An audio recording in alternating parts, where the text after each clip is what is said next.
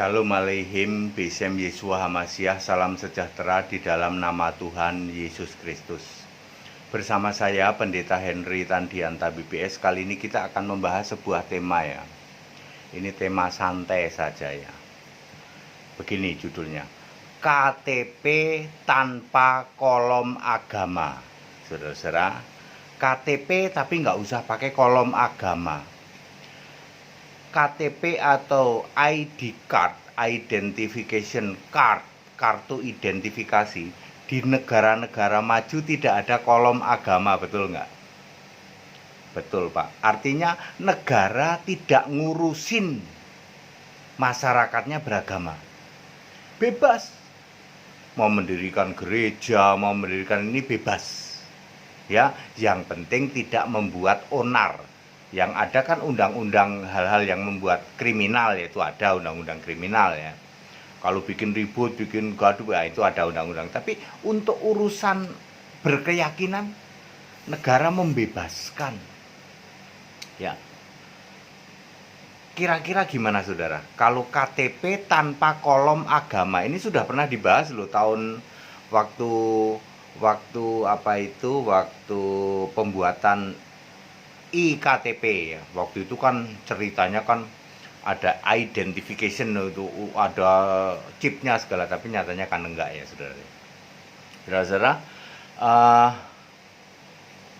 negara KTP tanpa kolom agama sehingga negara tidak perlu ngurusin orang, rakyatnya berkeyakinan. Yang penting jangan bikin ribut, jangan bikin kriminal. Nah itu kan ada aturan-aturan itu ya.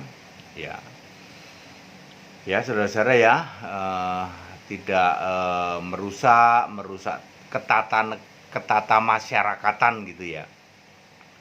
Dulu pernah ada yang namanya Children of God ya, Children of God gitu. Itu seks bebas, gereja tapi seks bebas itu kan merusak tata nilai ya toh. Tidak boleh tentu saja ya. Pernah dengar kan dulu Children of God? Di Amerika ada gereja namanya gereja satir, yaitu penyembah iblis ya. Tapi selama dia tidak bikin onar, nggak apa-apa. Ya, di negara maju itu ada gereja penyembah iblis ya, nggak apa-apa, silakan. Selama tidak bikin onar ya. Ya tertib ya, tapi kalau di situ terus terjadi misalnya narkoba dan sebagainya, nah yang disalahin soal narkobanya, pakai hukum-hukum hal-hal yang menyangkut hukum-hukum soal itu, soal obat terlarang dan sebagainya. Saudara-saudara, kalau KTP tanpa kolom agama, jadi orang nanti tidak diurusin lagi yang namanya sinode ya. Jadi tidak dibatasin lagi yang ngajuin izin gereja harus gereja Tritunggal. Loh, padahal Tritunggal tidak ada di Alkitab. Ya, saudara-saudara ya. Kita sangat berharap Indonesia menuju ke arah yang lebih baik ya. Ya, setidaknya begini, ini yang paling sekarang bisa dilakukan ya. Kita kan sekarang tidak ada gereja fisik ini ya, dengan era corona ini ya. Tidak ada gereja fisik ya, mau ibadah juga tidak boleh ya, masyarakat melarang. Kumpul-kumpul di atas 30 orang tidak boleh. Nanti tiba-tiba di swab ya, ada yang kena ya. Jadi sebenarnya gereja fisik sudah tidak berfungsi ya toh sebenarnya. Coba ya toh, kita itu coba berpikir lebih maju. Kalau begitu ya sinode gereja online dong. Harus diizinin dong. Betul loh harusnya ya. Harus negara berpikir, iya sekarang mestinya gereja online ya toh. Itu titik awal. Nanti ketika gereja online diizinkan kan orang bebas membuat pengajaran. Yang penting ya berlaku hukum-hukum itu. Apakah dia hujat caci maki? Kalau hujat caci maki di online media sosial kan kena peraturan itu. Nyebut nama, maki-maki kan kena peraturan soal hal-hal yang ITE ya namanya ya. Gitu loh ya, informasi teknologi elektronik gitu. Ya. Jadi kena itunya bukan soal itu ya. Jadi orang bebas melakukan pengajarannya. Nanti masyarakat yang akan menilai sendiri.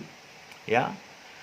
Ya mestinya itu bisa dilakukan sekarang ini ya, dengan keadaan pandemi corona ini ya toh.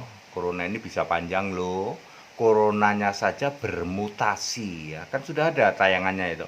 Ternyata corona ini karena unsurnya adalah unsur yang sederhana, mudah sekali bermutasi. Lalu vaksin yang dibuat ya harus update terus. Wah, ini mutasi lagi begitu ya. Ya, sampai nanti ketemu yang disebut grand mutationnya ya. Oh, sebenarnya polanya seperti ini baru ketemu vaksinnya. Jadi bisa lama nggak ini? Bisa ya. Bisa lama saudara ya. Ya bisa, kalau dari awal-awal kan kita baca di tempat lain itu ada yang setidaknya 3 tahun. Mestinya Indonesia, ayo kita berpikir maju. Oh iya ya, harus diberi izin ini. Sekarang begitu bebasnya online gitu, debat sana sini ya toh, antara mualaf sama Kristen kambing, debat luar biasa, bikin gaduh saudara ya, bikin gaduh. Lah habis nggak diatur sih ya. Kami Gereja Alkitab Alaca, ingat ya, catat baik-baik, kami mengajukan izin gereja online. Ya, tentu saja sudah kita sertai dengan dokumen-dokumen yang ada ya. Ya, mudah-mudahan kami menjadi gereja pertama yang diberi izin gereja online. Faktanya semua sekarang gereja online kok. Ya. Ya, lalu itu nanti akan mengarah ke KTP nggak perlu kolom agama. Terus gimana Pak kalau mau nikah? Ya udah, seperti di luar negeri ditanya, kalian datang ke sini, saya pendeta, berarti saya nikahkan Anda dengan prosedur dan tata cara pendeta. Saya nggak peduli, Anda keyakinan apa, begitu Anda datang ke sini mau nikah, ini syarat kami. Kalau Anda mau nikah ya kamu harus dibaptis dulu berdua, misalnya begitu kan. Ya kalau saya kan begitu, baptis dulu kalian berdua, mau agama yang lama terserah agama apa, pokoknya kalian mau nikah ya sini baptis dulu berdua.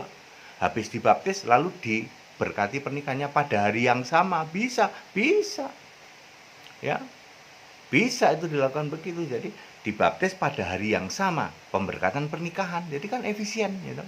Tapi sebelumnya tentu kita komunikasi, namanya sekarang sudah era canggih ya toh, bisa lewat WA komunikasi dulu, telepon dulu, Pak ini gini, ya udah tiktak sana sini, tiktak sana sini, kirim dong KTP-nya, bla bla ya. Jadi prosesnya begitu ya. Jadi kalau mau menikah gimana Pak? Ya itu. Terus kalau meninggal gimana Pak? Kalau nggak KTP-nya nggak ada kolom agamanya ya, kan ada kerabat-kerabatnya ya nanti itu ya. Ya. Jadi di negara maju tidak ada KTP kok ada kolom agama, itu nggak ada ya.